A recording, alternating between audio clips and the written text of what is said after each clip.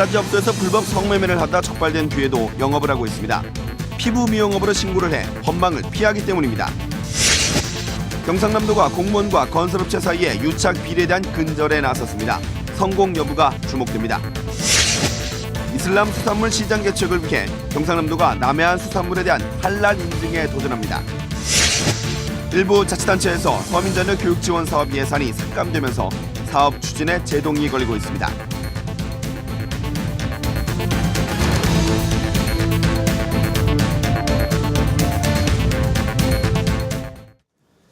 안녕하십니까. 이어서 경남 소식입니다. 유흥 지역을 중심으로 우후죽순격으로 늘어나는 각종 마사지 업소들. 이 가운데는 은밀하게 성매매를 하는 곳이 많습니다. 이들 성매매 업소는 여러 차례 경찰에 적발돼도 계속 영업을 하고 있는데요. 왜 그런지 김준원 기자가 취재했습니다. 창원의 한 마사지 업소. 이 업소는 지난달 24일 마사지룸 7곳에서 남성 손님들을 대상으로 성매매를 하다 경찰 단속에 적발됐습니다. 올해 1월에 이어 두 번째. 아로마 마사지 업소로 위장해 지난 1월 성매매를 하다 경찰에 적발된 이 업소는 주로 밤 시간대에 같은 장소에서 여전히 성매매를 하고 있습니다. 예, 지금 낮에는 지금 일이 있어갖고 낮에 지금 안 하네요. 10천만 원 받고 지금 마사지하고 예매하고 다 합쳤어요. 지난해 마사지 업소로 위장해 성매매를 하다 적발된 업소는 창원 지역에만 모두 44곳. 이 가운데 40%는 같은 장소에서 영업을 하다가 두 차례 이상 적발됐습니다. 경찰 단속에 적발돼도 벌금만 내면 계속해서 마사지 영업을 할 수 있기 때문 아무리 단속에 많이 걸려도 영업 폐쇄 같은 강력한 행정 처분이 없습니다. 이런 업소 자체가 그 구청이나 그 시청에서 허가를 받지 않고 자유업종으로 되어 있기 때문에 이 업소에서는 행정 처분이 들어가기 어렵습니다. 이렇다 보니 경찰의 변종 성매매 업소 적발 건수는 2010년 2천여 건에서 2013년 4천여 건으로 3년 새 2배가 늘었습니다. KBS 뉴스 김준원입니다. 앞서 보신 것처럼 성매매 업소 외에도 대부분의 마사지 관련 업소들이 불법입니다. 의료법상 안마원이나 안마시술소를 차리려면 자격증을 딴 시각장애인의 허가를 받아야 하는데요. 대부분은 피부 미용업으로 신고를 해 영업을 하고 있습니다. 이어서 조미령 기자의 보도입니다. 자격증을 따서 안마원 허가를 받아 운영하는 시각장애인 윤영주 씨. 요즘 우후죽순격으로 늘어나는 불법 마사지 업소를 볼 때마다 한숨이 나옵니다. 좀 안타깝죠. 그러니까 이게 저희는 그러니까 이제 뭐 중도 실명을 했거나 선천적 장애가 있어서 합법적으로 교육 과정을 거쳐서 현행 의료법상 지압이나 마사지 같은 안마 행위나 영업은 일정 기간 교육을 받은 시각장애인만 할 수 있습니다.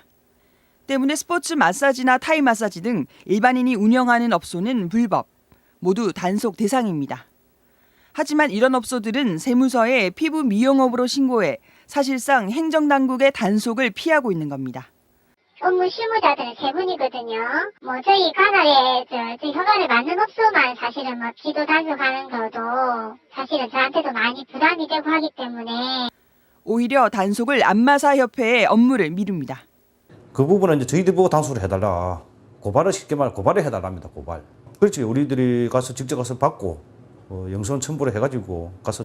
불법 마사지 업소가 성매매 온상이 되고 있지만 법망과 행정당국의 단속은 허술하게만 합니다. KBS 뉴스 조미령입니다. 다음 소식입니다. 경상남도가 공사비 부풀리기 관행을 통한 공무원과 건설업계 간의 유착 비리에 대해 스스로 제동을 걸고 나섰습니다. 관국공사의 설계 변경은 원칙적으로 허락하지 않기로 했다는데요. 오종호 기자가 보도합니다. 김해 진래와 주촌을 연결하는 지방도 1042호선 공사. 5년 예정으로 시작된 4.8km 구간 공사는 4년이 더 늘어났고 그 사이 설계가 16차례 변경됐습니다. 공사비도 129억 원에서 242억 원으로 거의 2배로 늘었습니다. 조그만 집하고 연결되는 거 이제 접촉도로가 그래도 상당히 많아요. 그러다 보니 그 집 연결되는 부분이 그 민원이라든가. 경상남도가 2012년 이후 설계 변경한 공사 125건을 조사한 결과 설계 변경으로 늘어난 공사비가 680억 원이 넘습니다. 이렇게 설계 변경을 통해 공사비가 늘어나는 배경에는 공무원과 건설업체 간의 유착 때문이라는 따가운 시선도 있습니다. 홍준표 경남지사는 공무원들을 향해 민간 공사는 설계 변경이 없는데 관급 공사만 잦다며 공사 금액 부풀리기에서 부정비리가 시작된다고 지적할 정도입니다. 경상남도는 이에 따라 원칙적으로 관급 공사 설계 변경을 허용하지 않기로 했습니다. 그래서 앞으로 정당한 설계 변경은 허용을 하되 불필요한 설계 변경으로 인해서 예산이 누수된다든지 부실하게 시공이 되는 것을 원천적으로 막도록 하겠습니다. 또 최초 설계 단계부터 현장 조사반을 운영하고 건설업체와의 유착관계 근절을 위한 청렴 교육을 강화하기로 했습니다. 설계 변경을 빌미로 한 불필요한 예산 증액이 이번에 완전히 근절될 수 있을지 주목됩니다. KBS 뉴스 오종우입니다. 경상남도가 2조 원에 이르는 이슬람 수산물 시장에 남해안 수산물을 수출하기 위해 할랄 인증에 도전합니다. 경상남도는 45개에 이르는 해양수산 분야 혁신 정책을 발표하고 실행에 들어갔습니다. 천연수 기자의 보도입니다. 미역과 다시마 등 해조류를 가공하는 이 업체는 할랄 인증에 도전했습니다. 할랄 식품은 이슬람 율법 샤리아에 따라 무슬림에게 허용되는 식품입니다. 할랄 식품 시장은 2019년 2조 5천억 원으로 예상됩니다. 남해안 수산물은 대부분 할랄 인증이 가능한 식품. 하지만 국내 수산물의 할랄 인증은 13개 업체에 불과합니다. 경상남도는 수산과학원과 공동으로 남해안 수산물의 할랄 인증에 나섭니다.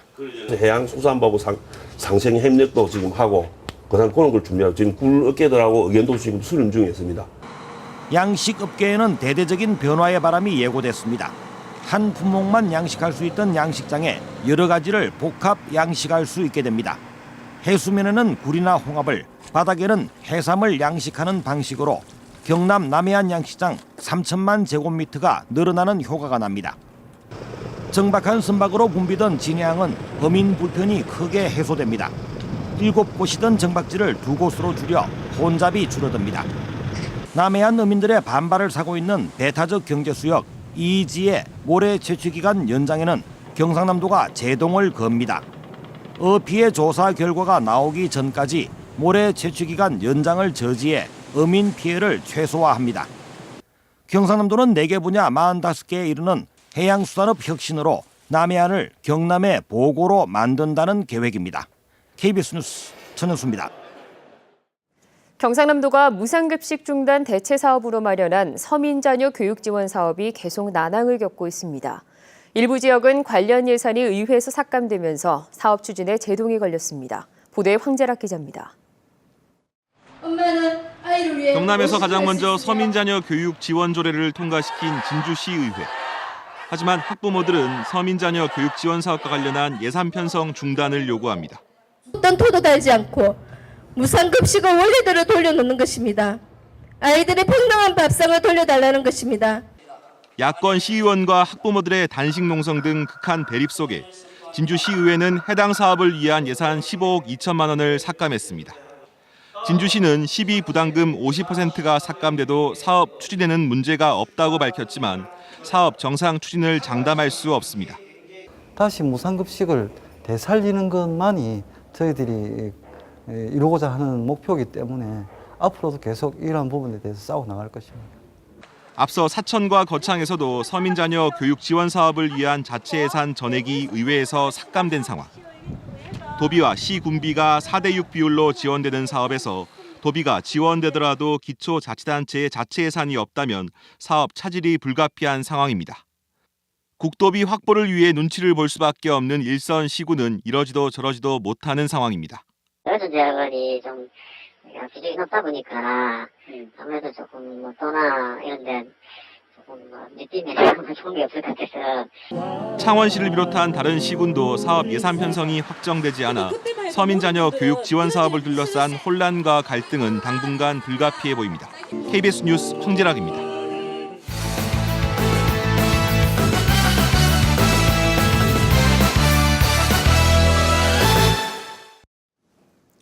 경남 지역은 오늘 창녕 등 일부 지역에 사흘째 폭염주의보가 내려진 가운데 30도를 웃도는 무더운 날씨가 이어졌습니다.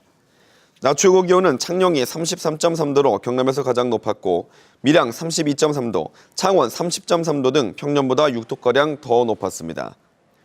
부산지방기상청은 경남 지역은 6월과 7월은 이동성 고기압의 영향으로 평년 기온 21.4도보다 다소 높을 것으로 전망했습니다.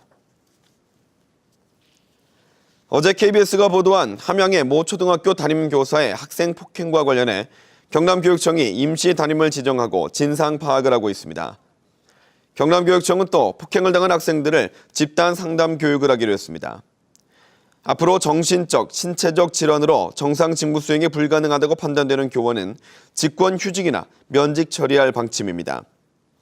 함양의 모 초등학교 6학년 담임 이모 교사는 지난 20일 학생 10여 명에게 가혹한 체벌을 해 학부모에 의해 경찰에 고발당했습니다. 경남 소식이었습니다.